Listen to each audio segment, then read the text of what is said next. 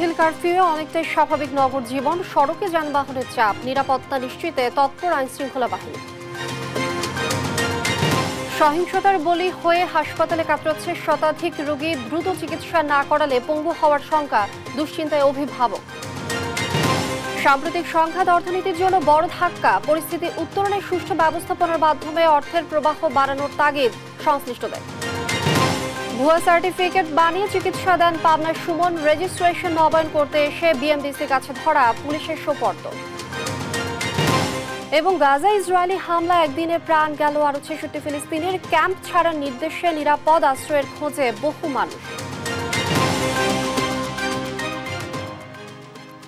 দেখছিলেন শিরোনাম সংবাদ দুপুরের সঙ্গে আছি আমি লিনি আফরোজ।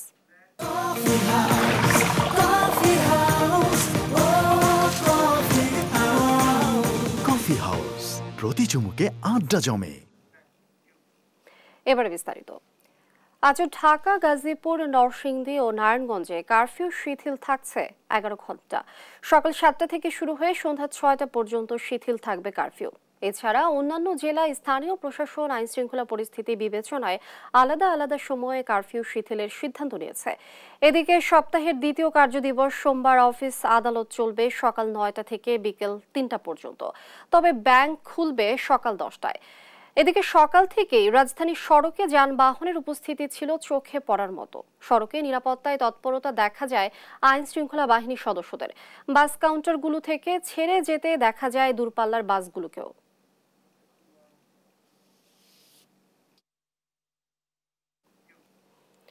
কারফিউ পরিস্থিতির 10ম দিনে রাজধানী নগর জীবন অনেকটাই স্বাভাবিক। সকাল থেকে সড়কে বাড়ে যানবাহনের চাপ। বাস, সিএনজি সহ বেশিরভাগ যানবাহনে যাত্রী থাকলেও সংকটে রয়েছেন পাঠাও রাইডাররা। এদিকে নিরাপত্তা নিশ্চিতে সড়কে তৎপর রয়েছে আইনশৃঙ্খলা বাহিনী। বিস্তারিত সহকর্মী ইফতেখারের রিপোর্টে। ঢাকা, গাজীপুর, নারায়ণগঞ্জ ও নরসিংদী জেলায় সোমবারও কারফিউ বলবৎ। এদিন কারফিউ শিথিল রাখা হয় সকাল 7টা থেকে সন্ধ্যা 6টা পর্যন্ত, 11 ঘন্টা। দেশের চলমান পরিস্থিতিতে জনজীবন স্বাভাবিক রাখতেই শিথিল করা হয় কারফিউ। প্রতিদিনই বাড়ছে শিথিলের সময়, তাই সড়কেও বাড়ছে যানবাহন। সোমবার সকাল থেকে রাজধানীর সড়ক জুড়ে ছিল যানবাহনের সরব উপস্থিতি। আসলে যেহেতু কিছুদিন আমাদের একটা অন্য সময়ের ভিতর দিয়ে গেছে, আর আজকে যেহেতু অফিস ডে, এজন্য সকাল থেকে মোটামুটি চাপ পরিলক্ষিত হচ্ছে, বিশেষ করে ফকিরাপুল এলাকা দিয়ে। পরিস্থিতি ধীরে ধীরে স্বাভাবিক হওয়ায় স্বস্তি ফিরছে জনজীবনে, তবে পথে চলতে ভয়ও পাচ্ছেন কেউ কেউ। কিছুটা শিথিল হয়েছে, চলাচলের জন্য মানুষ এসে স্বস্তি ফিরে পাচ্ছে। রেগুলার টাইম যেটা ছিল ওইটাই চলে আসছে, তো আশা করি যে পরিস্থিতি আগের থেকে অনেকটা স্বাভাবিক। এখনও আমরা একটা অনিশ্চয়তার মধ্যে অফিস করতে হচ্ছে, মানুষের মধ্যে উৎকণ্ঠা, মানুষ কেমন একটা অস্থিরতা ভাব এখনো আছে। যে আসলাম এখন মাত্র লক্ষ্মীবাজার থেকে, খুব ইজিলি চলে আসলাম, কোনো সমস্যা হইতেছে না আশা করতেছি ইনশাআল্লাহ। পাঠাও চালকরা বলছেন কারফিউ শিথিলের কারণে পথে নামতে পারলেও যাত্রী সংকটে ভুগছেন তারা। গত বৃহস্পতিবার, বুধবার থেকে বের হয়েছে, কিন্তু আমাদের ইনকাম সোর্স তো নাই, ইনকাম কমে গেছে। আমাদের নেট বন্ধ ছিল, নেটটা খুলেছে, আমরা এখন পর্যন্ত কল পাচ্ছি না। এখন তেমন ভাড়া হচ্ছে না, লোকজন নাই, রাস্তা ফাঁকা এই পর্যন্ত। নিরাপত্তা নিশ্চিতে সড়কের বিভিন্ন স্থানে আইনশৃঙ্খলা বাহিনীর উপস্থিতিও রয়েছে চোখে পড়ার মতো। ইফতেখার রেজা, দেশ টিভি, ঢাকা। দর্শক, রাজধানীর সড়ক ও আইনশৃঙ্খলা পরিস্থিতি জানাতে এই মুহূর্তে মগবাজার এলাকা থেকে যুক্ত হচ্ছেন সহকর্মী মাইনুদ্দিন আরিফ। আরিফ, আপনি নিশ্চয়ই শুনছেন, আপনি এর আগে আমাদেরকে জানিয়েছিলেন সড়কের চাপ সম্পর্কে। এখন কি পরিস্থিতি দেখছেন এবং আইনশৃঙ্খলা বাহিনী তৎপরতা রয়েছে কিনা জানাবেন। লিনিয়া, আমি এই মুহূর্তে আছি মগবাজারের মোড়ে। আমি যদি একটু বলি, সকাল থেকে আপনার মাধ্যমে আমাদের দর্শকদেরকে দেখাচ্ছিলাম রাজধানীর বিভিন্ন সড়কের যে যানজট সেটি, তবে এই সড়কের চিত্র একটু ভিন্ন। এই সড়কের যানজট তেমন নেই, গাড়ি যেগুলো আছে যে সড়ক জুড়ে সেগুলো নিরবিচ্ছিন্নভাবে চলাচল করছে। ট্রাফিক পুলিশের তেমন একটা ব্যাক পেতে হচ্ছে না। তবে এর আগে যেটি দেখিয়েছিলাম গুলিস্তান 0 পয়েন্ট পল্টন এলাকার যে যানজট, সেখানে অনেক বেশি যানজট ছিল এবং ট্রাফিক পুলিশের অনেকটুকু ব্যাক পেতে হয়েছে। আর একটু বলে রাখি, আইন শৃঙ্খলা বাহিনীর তৎপরতার কথা যদি বলতে হয়, এই মুহূর্তে এসব সড়কে আইন শৃঙ্খলা বাহিনীর তেমন কোনো তৎপরতাই নেই। কারণ আপনি জানেন আজকে রাজধানী জুড়ে একটি কর্মসূচি রয়েছে, সেই কর্মসূচিকে কেন্দ্র করে সেই স্থানগুলোতেই আইন শৃঙ্খলা বাহিনীর ব্যাপক উপস্থিতি রয়েছে এবং সেখানে আমরা দেখেছি পুলিশ, বিজিবি, র্যাবের সদস্যরা টহল দিচ্ছে এবং অবস্থানও নিয়েছে কিছু কিছু জায়গায়। এর বাইরে যে সড়কগুলো রয়েছে সেই সড়কগুলোতে শুধুমাত্রই ট্রাফিক পুলিশ যারা রয়েছে সেই পুলিশ সদস্যরাই নিয়োজিত রয়েছেন, তারা কাজ করছেন এবং যাতে করে যানজট সৃষ্টি না হয় সেটাই তারা করছে। তবে সকাল থেকে আজকে অনেক বেশি রাস্তায় গাড়ির চাপ ছিল। একটি বিষয় জানিয়ে রাখি যে আজকে থেকে মঙ্গলবার 3 দিন 11 ঘন্টার যে কারফিউ শিথিলের ঘোষণা দেওয়া হয়েছে, এরপর থেকে আমরা দেখেছি ভোর থেকেই রাজধানীতে গাড়ির চাপ বাড়তে থাকে এবং এক পর্যায়ে অফিস টাইম শুরু হওয়ার পরে যানজট সৃষ্টি হয়। আর এখন যেহেতু অফিস টাইমটা শেষ হয়ে গেছে, তার কারণে আসলে রাজধানীর যানজট অনেকটুকু কমতে শুরু করেছে এবং সড়কে যারা বের হয়ে চলাফেরা করছেন তারা খুব স্বাচ্ছন্দ্য বোধের মাধ্যমে তারা চলাফেরা করতে পারছেন। তবে আর অন্য যেসব বিষয় রয়েছে, যে আইন শৃঙ্খলা বাহিনীর সদস্যরা রয়েছে, যেটি বলছিলাম যে তারা আসলে কর্মসূচিকে ঘিরে যেসব এলাকায় তাদের কাছে তথ্য রয়েছে অন্য কোনো কিছুর, এবং যেখানে যেখানে আন্দোলনকারীরা তাদের কর্মসূচি ঘোষণা করেছে সেখানে আইন শৃঙ্খলা বাহিনীর ব্যাপক উপস্থিতি রয়েছে। তো লিনিয়া, এই ছিল আমার কাছে সড়কের যানবাহনের চাপের সর্বশেষ সংবাদ। অসংখ্য ধন্যবাদ আরিফ আপনাকে। দর্শক, মগবাজার থেকে যুক্ত ছিলেন সহকর্মী আরিফ। কারফিউ শিথিল যত বাড়ছে ততই স্বাভাবিক হচ্ছে জনজীবন। আরো জানাতে রংপুর থেকে যুক্ত হচ্ছেন সহকর্মী রফিকুল ইসলাম।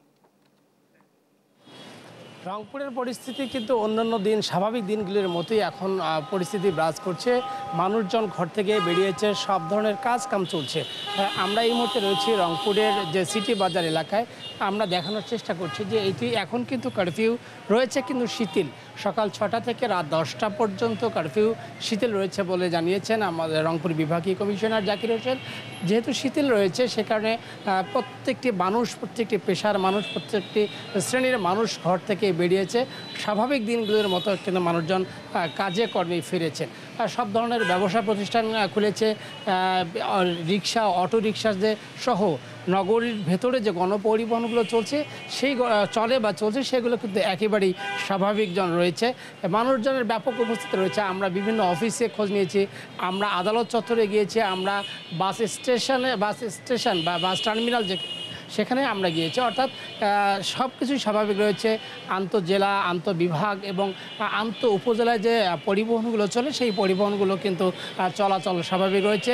যাত্রীদেরও ব্যাপক উপস্থিতি আমরা দেখেছি। যে দূরপাল্লার যে বাস, ঢাকাগামী দূরপাল্লার বাস রংপুর থেকে ঢাকা ছেড়ে যায় এবং ঢাকা থেকে যে রংপুর বাসগুলো আসে সেই বাসগুলোও কিন্তু নিয়মিত চলছে। অর্থাৎ যে স্বাভাবিক দিনগুলোর মতোই কিন্তু সব কিছুই চলছে। তো রংপুরের যে আইনশৃঙ্খলা পরিস্থিতির কথা যদি আমি একটু জেনে রাখি, সেটি হচ্ছে যে আমাকে রংপুর মহানগর পুলিশ কমিশনার মোহাম্মদ মনিরুজ্জামান তিনি জানিয়েছেন যে রংপুরের যে এখনকার পরিস্থিতি অর্থাৎ স্বাভাবিকভাবেই সব কিছুই চলছে, কোথাও কোনো সমস্যা হচ্ছে না, তিনি আমাকে জানিয়েছেন।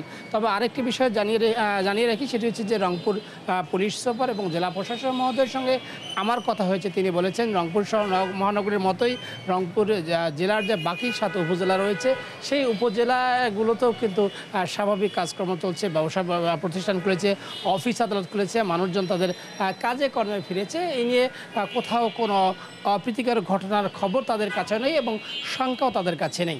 যেহেতু সংখ্যা নেই, কারফিউ চলছে, এরপরও নগরী এবং নগরীর বাইরে পুলিশ মোতায়েন রয়েছে এবং বিজিবি এবং সেনার যে টহল সেই টহল কিন্তু রয়েছে। আরেকটি বিষয় জানিয়ে রেখে, এই যে রংপুরের যে সংঘাত হয়েছিল সেখানে কিন্তু 14টি মামলার খবর আমরা এখন পর্যন্ত জেনেছি। এই 14টি মামলায় 186 জনকে গ্রেপ্তারের কথা জানিয়েছে আইনশৃঙ্খলা রক্ষাকারী বাহিনীর সদস্যরা।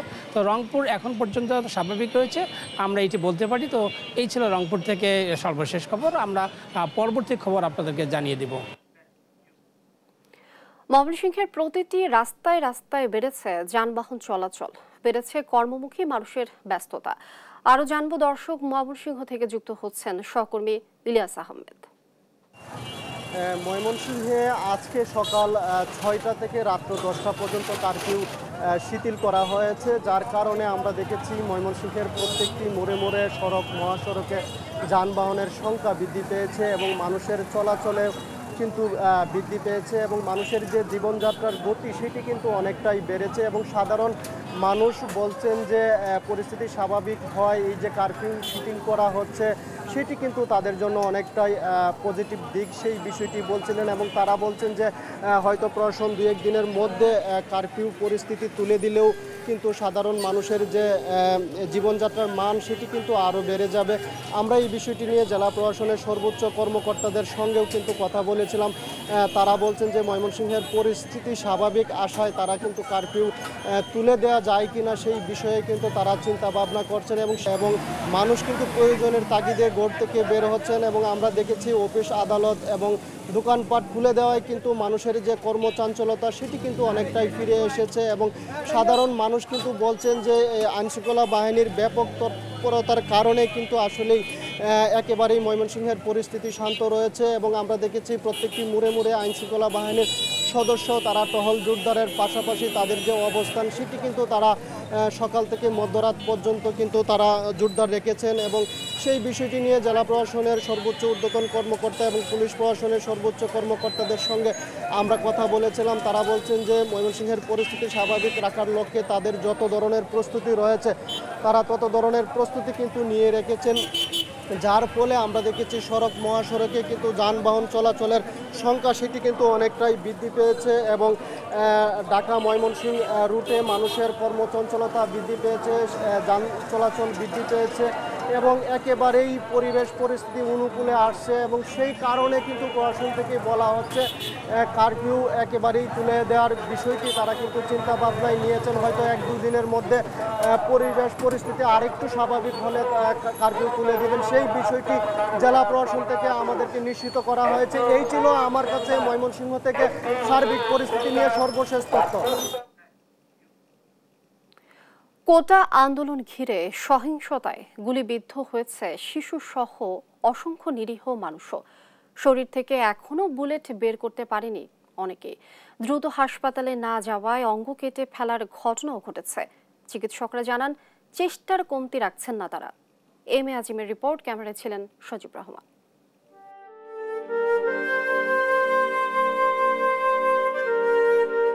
আতে আনারস শেখার বয়স না পার হতেই আন্দোলনের বলি হয়ে হাসপাতালের বিছানায় শিশু রিফাত। হাত পায়ে বুলেটের স্প্রিন্টার নিয়ে কাতরাচ্ছেন এখনো।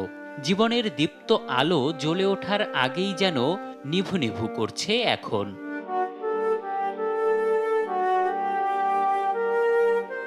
মিছিল, আন্দোলন বা জ্বালাও পোড়াও নয়, পেঁয়াজু খেতে ঘর থেকে নেমে গুলি খেতে হয়েছে রিফাতকে। ছোট ছোট পেঁয়াজু বেচে ওই জায়গাটা দেখি দোকান বন্ধ পাই, দেখি সবাই দৌড়াইতেছে, আমিও জোরে হাঁটা শুরু করছি, এবার গুলি মারছে পায়, আমি ওই জায়গা পড়ে গেছি গা। বুলেট দ্রুত বের করতে না পারলে দুরন্ত শৈশব হারিয়ে পঙ্গুত্বকে বরণ করতে হবে জীবন জুড়ে। তাই দুশ্চিন্তায় অভিভাবকরা। হাতেও লাগছে, হাতের অবস্থা অনেক খারাপ, পায়ের বেশি, এই পায়ে ঢুকে এই পেতে বাইরে গেছে গা, হাড় আরে ধরে গেছে গা, হাতের অবস্থা খারাপ, হাতের ভিতরে এখনো গুলি আছে, বের করা হয় না এখনো। শুধু রিফাতই নয়, রাজধানীর পঙ্গু হাসপাতালে এমন শতাধিক রোগীর দেখা মেলে। ইতোমধ্যে অনেকের হাত পা কেটে ফেলতে হয়েছে, কেউ আছে এখনো বুলেট বিদ্ধ হয়ে। গান শুটের আওয়াজ আর কিছু ছেলেপেলে এদিকে আসতেছিল, মানে অপোজিট আমাদের উল্টা সাইডে। দেন আমি ভয়ে আমার বাসার দিকে যাচ্ছিলাম, তখন হঠাৎ করে একটা গুলি আমার পায়ে আসে। আমার একটু মনে আছে আমি ব্যথায় এক জায়গায় বসছি। এখন তো অবস্থা খুব খারাপ, ভবিষ্যৎ তখন খুব অন্ধকার। কিভাবে চলবো না জানতে পারি নাই, কেমনে চলমু কি করমু, চাকরিটাও গেছে, তুলে গেছে। ছিঁড়ে যাওয়া ভেইনগুলো দ্রুত সংযোগ না করলে সুস্থ হওয়ার সম্ভাবনা কমে আসবে বলে জানান হাসপাতাল পরিচালক। সেই গুলির জন্য তাদেরকে সফট টিস্যু বলি, যেটাকে মাংস চামড়া এগুলো থেতলে গেছে, ছিঁড়ে গেছে এবং এর সাথে ফ্র্যাকচারও আছে, হাড় ভেঙে গেছে। তো এটাকে আমরা ওপেন ফ্র্যাকচার বলি। তো এই ওপেন ফ্র্যাকচার ছিল, কখনো কখনো তার কোনো হাড় ভাঙে নাই, কিন্তু তার রক্তনালী ছিঁড়ে গেছে। তো রক্তনালী যখন ছেড়ে যায়, এটাকে আমাদের এই রক্তনালী বিশেষজ্ঞদের মাধ্যমে আমরা জোড়া দেওয়ার চেষ্টা করি। তো এটা যদি খুব দ্রুত 1 ঘন্টার ভিতরে হলে ভালো, নাহলে 5-6 ঘন্টা হলে সন্দেহজনক হয়ে যায়। দ্রুত হাসপাতালে না আসায় এ পর্যন্ত ৬ জনের অঙ্গ কেটে ফেলতে হয়েছে বলেও জানান তিনি।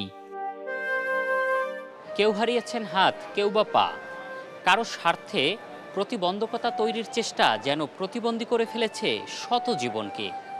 দাবি আদায় আর আন্দোলন যেন আর কারো জীবনে এমন পরিণতি না আনে, এমনটাই প্রত্যাশা সবার। এম এ আজিম, দেশ টিভি, ঢাকা।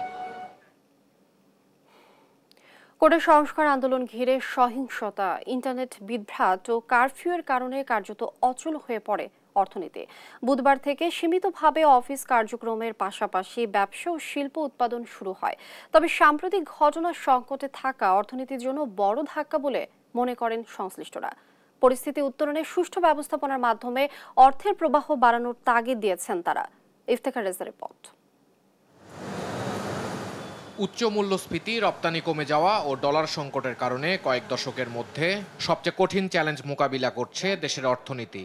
এমন পরিস্থিতিতে কোটা আন্দোলন ঘিরে সহিংসতায় পোশাক ও শিল্প কারখানা ও দোকানপাট বন্ধ হয়ে যায়। পরিস্থিতি নিয়ন্ত্রণে কারফিউ জারি সহ ইন্টারনেট সংযোগ বন্ধ করে দেয় সরকার। গবেষণায় উঠে এসেছে, টানা 5 দিনের অস্থিরতায় দেশের অর্থনীতি প্রতিদিন প্রায় $1 বিলিয়ন হারিয়েছে। এমন পরিস্থিতিতে অর্থনৈতিক সংকটকে আরো ঘনীভূত করবে বলে মনে করেন সিটিজেন্স ব্যাংকের ব্যবস্থাপনা পরিচালক। অর্থনীতি যখন একটা নেক্সট ট্র্যাজেক্টরিতে যাচ্ছে গ্রোথ, সেই সময় এই সমস্ত বাধা বিপত্তি আমাদেরকে আমরা পিছিয়ে চলে যাচ্ছি। একটা চ্যালেঞ্জ আছেই, আরেকটা হলো এই আবার ইনস্টিটিউশনগুলো ওভারঅল ইকোনমির উপরে অস্থিরতা সৃষ্টি করে। কারণ যে কোনো আনস্টেবল, আপনি যদি পলিটিক্যাল সিচুয়েশন বা সোশ্যাল আনরেস্ট হয়, সেটা ইকোনমিক অ্যাক্টিভিটিসের উপরে মাল্টিপ্লায়ার ইম্প্যাক্ট পড়ে। দেশের এমন পরিস্থিতির প্রভাব পড়েছে আমদানি, রপ্তানি ও রেমিটেন্স প্রবাহেও। এমন অবস্থায় হুন্ডি বন্ধ করে ব্যাংকিং চ্যানেলে টাকার প্রবাহ ধরে রাখা জরুরি বলে মত তার। ট্রেড বেসড মানি লন্ডারিং, এটা একটা বিরাট একটা দায়ী, কারণ টাকা তো অনেক পাচার হয়ে গেছে, তাহলে হুন্ডির জন্ম হলো কী করে? আমরা চাচ্ছি যে সবসময় সরকারও চায়, আমরাও যারা ব্যাংকার আমরাও চাই যে ফর্মাল চ্যানেলে টাকাটা আসুক। দেশের আর্থিক খাত শক্তিশালী করতে সুশাসন ও স্বচ্ছতা জরুরি বলে মনে করেন তিনি। কিছু কিছু ইস্যুজ আছে সেটা পলিটিক্যালি নেবেন এবং সেটা ইকোনমির সাথে আমাদের অ্যালাইনমেন্ট করেই করতে হবে। রাজনৈতিক সিদ্ধান্ত ইকোনমিক সিদ্ধান্তের উপরে অনেক ইম্প্যাক্ট পড়ে। সবচেয়ে বড় কথা আমি বলবো সব জায়গায় গভর্নেন্সের জায়গাটা, ট্রান্সপারেন্সির জায়গাটায় ফোকাস করতে হবে, মানুষের কনফিডেন্সটা ফিরিয়ে আনতে হবে। আর্থিক খাতের সংকটে বিশ্বস্ত আমানতদার হয়ে গ্রাহকদের পাশে থাকার অঙ্গীকার করেন সিটিজেন্স ব্যাংকের ব্যবস্থাপনা পরিচালক। ইফতেখার রেজা, দেশ টিভি, ঢাকা। 5 বছর চিকিৎসার নামে প্রতারণার পর অবশেষে ধরা পড়লেন পাবনার চাটমোহরের এক ভুয়া চিকিৎসক।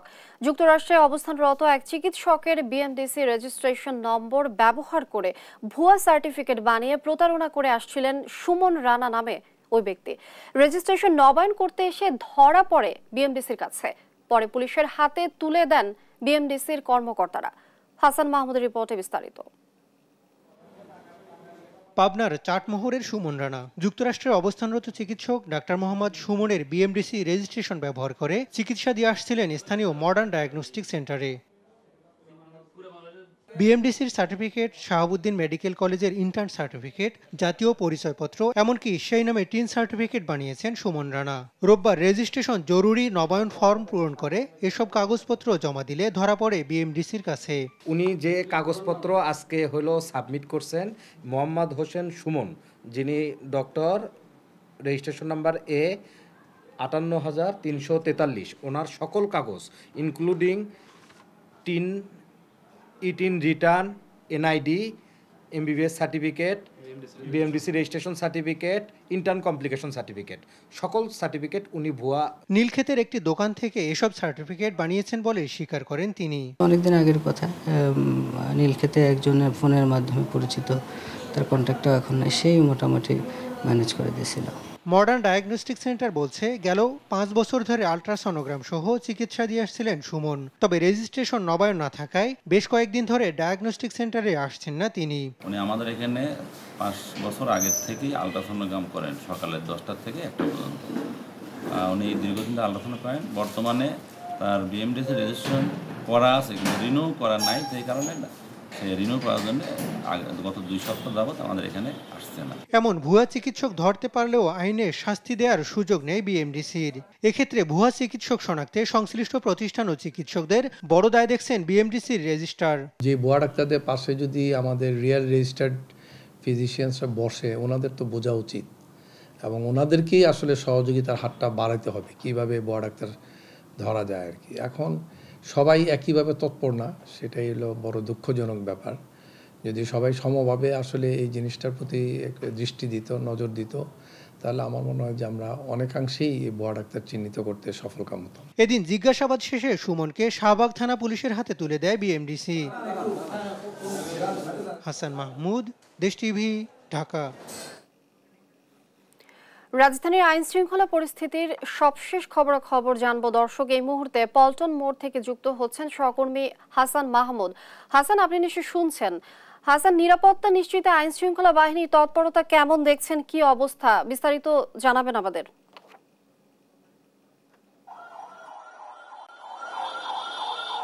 আপনাকে ধন্যবাদ। আপনি যেমনটা বলছিলেন যে গত কয়েকদিনে সারা দেশে যে আইন শৃঙ্খলা পরিস্থিতি সেটি কিন্তু যথেষ্ট পরিমাণ উন্নতি হয়েছে এবং আজকে আমরা ঢাকা শহরে যেটি দেখছি যে সব জায়গায় কিন্তু ব্যাপক পরিমাণে আইন শৃঙ্খলা রক্ষাকারী বাহিনীর সদস্যদেরকে মোতায়েন করা হয়েছে এবং গত কয়েকদিনে যে কারফিউ, সারা দিনের বেলায় কারফিউ যে শিথিল ছিল সেটি কিন্তু আজকে জারি রয়েছে। তবে সেখানেও কিন্তু সেনাবাহিনীর সদস্যদেরকে আমরা বিভিন্ন জায়গায় টহল দিতে দেখেছি এবং আইন শৃঙ্খলা রক্ষাকারী বাহিনী যাতে কোনো ধরনের আইন শৃঙ্খলা পরিস্থিতি অবনতি না হয় সে ব্যাপারে কিন্তু যথেষ্ট পরিমাণ তৎপরতা আমরা দেখেছি। যদিও আমরা দেখেছি যে কোটা সংস্কারের আন্দোলনে এখন পর্যন্ত যারা দাবি জানিয়েছেন তারা কিন্তু বিভিন্ন দাবিতে আন্দোলন চালিয়ে যাওয়ার ঘোষণা দিয়েছেন। যদিও গতকালকে ডিবি কার্যালয়ে যে 6 সমন্বয়ক ছিলেন তারা তাদের সমস্ত ধরনের কর্মসূচি আসলে প্রত্যাহার করার ঘোষণা দিয়েছেন।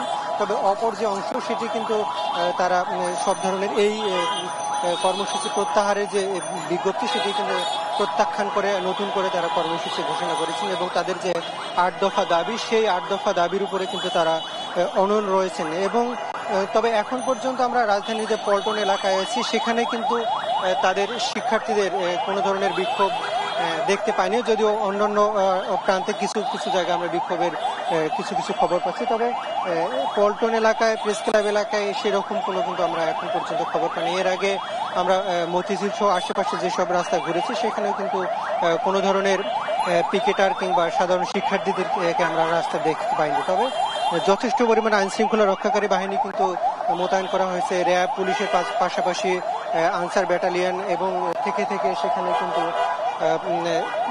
সেনাবাহিনীর সদস্যরাও কিন্তু টহল দিচ্ছেন। ফলে রাস্তায় যদিও যান চলাচল অনেকটাই স্বাভাবিক এবং মানুষের সংখ্যাও কিন্তু ব্যাপক পরিমাণে, তবে সেখানে কিন্তু এখন পরিমাণে আইন শৃঙ্খলা রক্ষাকারী বাহিনী নিয়ন্ত্রণে রয়েছে। কোনো ধরনের অপ্রীতিকর ঘটনার সংবাদ এখনো পাইনি। তবে উত্তরা, মিরপুর সহ বিভিন্ন জায়গায় যেসব ছোটখাটো বিক্ষোভের ঘটনা আমরা খবর পাচ্ছি সেগুলোতেও কিন্তু আইন শৃঙ্খলা রক্ষাকারী বাহিনীর সদস্যরা আসলে যথেষ্ট পরিমাণ তৎপরতা দেখাচ্ছে এবং সেখান থেকে তাদেরকে বিচ্ছিন্ন করবার জন্য সর্বোচ্চ চেষ্টা করছেন। তবে পল্টন এলাকায় কিন্তু সেরকম ঘটনা ঘটেনি এবং আমরা জানি যে কিছুক্ষণ পরে ইসলামী আন্দোলন বাংলাদেশ ও আরো কয়েকটি রাজনৈতিক দল তারা কিন্তু সাধারণ শিক্ষার্থীদের সঙ্গে আসলে রাস্তায় নামার কিছু ঘোষণা দিয়েছিল। সে ব্যাপারেও কিন্তু আমরা এখন পর্যন্ত কোনো রকম তৎপরতা দেখিনি এবং মোটামুটি রাজধানীর পরিস্থিতি এখন অনেকটাই স্বাভাবিক এবং যান চলাচলও স্বাভাবিক। সাধারণ মানুষ কিন্তু অনেকটা নির্বিঘ্নে চলছে এবং পুরোপুরি আইন শৃঙ্খলা রক্ষাকারী বাহিনীর নিয়ন্ত্রণে রয়েছে এবং কোনো ধরনের অপ্রীতিকর ঘটনা এখন পর্যন্ত আমরা সেরকম খবর পাইনি। তো লিনি, এই ছিল আমার কাছে এখান থেকে সবশেষ পরিস্থিতি। হাসান, ধন্যবাদ আপনাকে। দর্শক, রাজধানীর আইন শৃঙ্খলা পরিস্থিতির সবশেষ খবর জানাচ্ছিলেন আমাদের সহকর্মী হাসান। বগুড়ায় মাছ মাংসের দাম বেড়েছে, কমেছে ক্রেতার সংখ্যা। এই বিষয়ে আরো জানাতে যুক্ত হচ্ছেন সহকর্মী সঞ্জু রায়। কারফিউ শিথিলের সাথে সাথেই বগুড়ার বাজারগুলোতে কিন্তু বেড়েছে মাছ মাংসের সরবরাহ। আমি আজকে দাঁড়িয়ে আছি বগুড়া শহরের ফতে আলী বাজারে। এই বাজারে কিন্তু আজকে আমরা দেখেছি নদীর মাছ থেকে শুরু করে চাষের মাছ, সব ধরনের ছোট থেকে বড় সকল মাছের কিন্তু বেশ ভালো আমদানি রয়েছে। তবে আশানুরূপ কিন্তু ক্রেতা খুঁজে পাচ্ছে না ব্যবসায়ীরা। এখানে কিন্তু আজকে এই বাজারে রুই মাছ বিক্রি হচ্ছে যেগুলো 1 কেজি সাইজের, সেগুলো 250 টাকা কেজিতে এবং যেগুলো বড় মাছ সেই বড় রুই মাছগুলো বিক্রি হচ্ছে 400 টাকা থেকে। একই রকম কাতল মাছের ক্ষেত্রেও কিন্তু বিক্রি হচ্ছে 350 টাকা কেজিতে। তবে চাহিদা রয়েছে ছোট মাছগুলোর। নদীর মাছ কিন্তু আগের মতো আর পাওয়া যায় না। এখন কিন্তু এই বাজারগুলোতে চাষের মাছগুলোই বেশি আসে। পাশাপাশি বিলের কিন্তু ছোট ছোট যে মাছগুলো রয়েছে তারও কিন্তু রয়েছে ক্রেতাদের মাঝে ব্যাপক চাহিদা। তবে ট্যাংরা যে মাছগুলো রয়েছে, ট্যাংরা মাছের কেজি কিন্তু বেশ দাম, 520 টাকা কেজিতে বিক্রি হচ্ছে। তবে বিলের যে মিশালি মাছগুলো রয়েছে ছোট বড়, সেই মাছগুলো কিন্তু বেশ চাহিদা রয়েছে, বিক্রি হচ্ছে 300 টাকা কেজিতে। তবে সেই বরাবরের মতোই গরিবের ভরসা যখন পাঙ্গাস মাছ, সেই পাঙ্গাস মাছের কেজিও কিন্তু সেঞ্চুরি ছাড়িয়েছে। 1 কেজি সাইজের যে পাঙ্গাসগুলো সেগুলো বিক্রি হচ্ছে 140 টাকা কেজিতে, এবং যেগুলো বড় পাঙ্গাস সেগুলো কিন্তু বিক্রি শুরু হয়েছে 200 টাকা কেজি থেকে। তবে তারা যেটি বলছেন যে বাজারে কারফিউ জারির পরে হঠাৎ করে মাছের যে সরবরাহ কমে গিয়েছিল সেই অবস্থা কিন্তু কেটে উঠেছে। মাছের কিন্তু আমদানি বেশ ভালো রয়েছে বগুড়ার বাজারে, তবে নেই আশানুরূপ ক্রেতা। আর একটি বিষয় জানিয়ে দিতে চাই, বগুড়ায় যে ইলিশ মাছগুলো পাওয়া যায় তার অধিকাংশই কিন্তু আসে বরিশাল, ভোলা এবং চট্টগ্রাম থেকে। আজকে বগুড়ায় মাংসের যে বাজারটি রয়েছে, মুরগির মাংস, ব্রয়লার যে মুরগি তা কিন্তু 170 টাকা কেজিতে, এবং লেয়ার যে মুরগি তা কিন্তু বিক্রি হচ্ছে 260 টাকা কেজি। পাশাপাশি খাসির মাংসের কেজি কিন্তু সেই আগের মতোই রয়েছে 1000 টাকা কেজি। বগুড়ার মাছ মাংসের বাজারে আমদানি বাড়লেও সরবরাহ স্বাভাবিক হলেও আশানুরূপ ক্রেতার অভাবে কিন্তু এখন অপেক্ষায় রয়েছে সাধারণ ব্যবসায়ীরা। বগুড়ার ফতেলি বাজার থেকে মাছ মাংসের দাম নিয়ে আমার কাছে আজকে এটি ছিল সর্বশেষ। চট্টগ্রামে কমেছে ফলের সরবরাহ, তাই আমসহ সব ধরনের ফল বিক্রি হচ্ছে বাড়তি দামে। এ বিষয়ে আরও জানাতে চট্টগ্রাম থেকে যুক্ত হচ্ছেন একেএম নাজিম। ফলের বাজারের কথা বলতে গেলে আসলে আমরা গত কয়েকদিন ধরে দেখেছি কয়েকটি ফলের দাম বৃদ্ধির দিকে। তার মধ্যে হচ্ছে আম, এখন যেহেতু আমের মৌসুম, এর মধ্যে আমের দাম বাড়তি, কারণ এখানকার ব্যবসায়ীরা বলছেন সরবরাহ সংকট, কারণ গত কয়েকদিনের গাড়ি চলাচল না থাকার কারণে বা যে পরিস্থিতি তৈরি হয়েছিল সেই পরিস্থিতির কারণে আম না আসার কারণে চট্টগ্রামে মূলত বিভিন্ন প্রজাতির যেসব আম রয়েছে সেগুলোতে কেজি প্রতি প্রায় 20 থেকে 25 টাকা পর্যন্ত বেড়েছে। আমরা এখন রয়েছি নগরের একটি গুরুত্বপূর্ণ বাজারে। এখানে আম মানভেদে বিক্রি হচ্ছে 120 থেকে 180 টাকা পর্যন্ত, কারণ এখানকার যারা ব্যবসায়ী তারা বলছেন যে গত কয়েকদিনের পরিস্থিতির কারণে আসলে সরবরাহ না থাকার কারণে এবং আমের যেই শেষ মৌসুমের কারণে মূলত আম জাতীয় আমের দামগুলো বাড়ছে, কারণ কেজি প্রতি বিভিন্ন মানভেদে আম এখানে বিক্রি হচ্ছে 120 থেকে 150 টাকা, আবার মানভেদে 180 টাকা পর্যন্ত বিক্রি হচ্ছে। পাশাপাশি আপেল বিক্রি হচ্ছে 280 টাকা, কমলা 250 টাকা। তারপরে অন্যান্য যেগুলো আমদানিকৃত ফল রয়েছে সেগুলোরও দাম বাড়তির দিকে। তবে কয়েকটি ফলের দাম আসলে আগের মতোই রয়েছে। আর এখানে আমরা যেটি দেখি সবচেয়ে কম দামে যেটি পাওয়া যায় 50 থেকে 60 টাকা বা 70 টাকা পেয়ারা পাওয়া যায়। সেই পেয়ারা এখানে সবসময় পাওয়া যায়। এই পেয়ারা আপনার 40 থেকে 70 টাকা পর্যন্ত কেজি প্রতি বিক্রি হয়। পাশাপাশি কলা যেই রয়েছে, কলা ডজন বিক্রি হচ্ছে আপনার 120 থেকে 160 টাকা পর্যন্ত। তো এখানকার যারা ব্যবসায়ী তারা বলছেন গত কয়েকদিনের নৈরাজ্য পরিস্থিতির কারণে মূলত ফলের দাম কিছুটা ঊর্ধ্বমুখী। তবে সবচাইতে যেই বিষয়টি হচ্ছে যে এখন যেহেতু আমের মৌসুম, কিন্তু আমের দাম বাড়তি থাকায় আসলে ব্যবসায়ীদের মাঝে অস্বস্তি তৈরি হচ্ছে, কারণ গত 3 দিন আগেও বা 4 দিন আগেও যে আম ছিল 80 থেকে 90 টাকা, সেই আম এখন মানভেদে বিক্রি হচ্ছে 120 থেকে 180 টাকা পর্যন্ত। এতে করে সাধারণ যারা ক্রেতা রয়েছেন তাদের মাঝে এক ধরনের ক্ষোভের সৃষ্টি হয়েছে, কারণ তারা বলছেন যে দেশেই উৎপাদন হচ্ছে আম এবং পর্যাপ্ত আম রয়েছে, তারপরেও আমের দাম বৃদ্ধিতে যারা ক্রেতা সাধারণ রয়েছেন তাদের মাঝে ক্ষোভ সৃষ্টি হয়েছে। তাই তারা বলছেন যে আসলে আমদানিকৃত যেসব ফল রয়েছে সেই সব ফলের দাম কিছুটা স্বাভাবিক বাড়তি থাকলেও কিন্তু আমের দামের বৃদ্ধির কারণে আসলে তাদের মাঝে ক্ষোভের সৃষ্টি হয়েছে। তাই দ্রুত সম্ভব আমের দামটা নিয়ন্ত্রণ করা জরুরি, কারণ আমরা এই আমের দাম বৃদ্ধির কারণে সাধারণ যারা ক্রেতা সারা রয়েছেন অনেকেই আসলে আম কিনতে হিমশিম খাচ্ছেন। তো ফলের বাজার থেকে আমার কাছে ছিল সর্বশেষ। জোয়ারের পানিতে তলিয়ে গেছে ভোলার ইলিশা ফেরিঘাট, ব্যাহত হচ্ছে ফেরি চলাচল। দিনে 6 ঘন্টা বন্ধ থাকছে পণ্য ওঠানামা।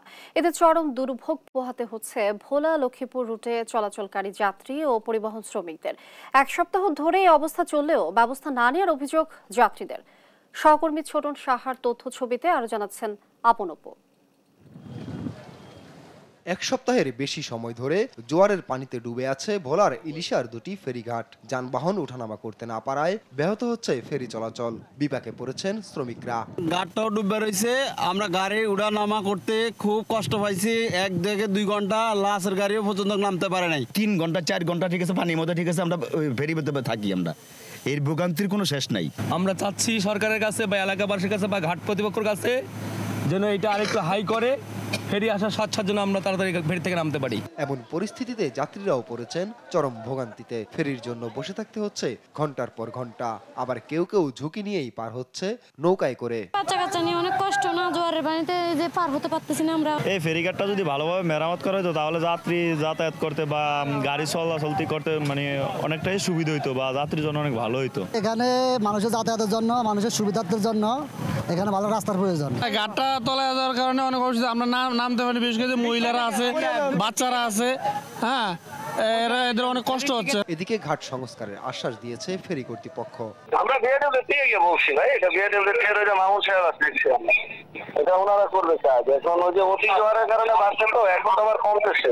শিগগিরই জনদুর্ভোগ লাঘবে ব্যবস্থা নেওয়ার দাবি যাত্রী ও শ্রমিকদের। নিউজ ডেস্ক, দেশ টিভি।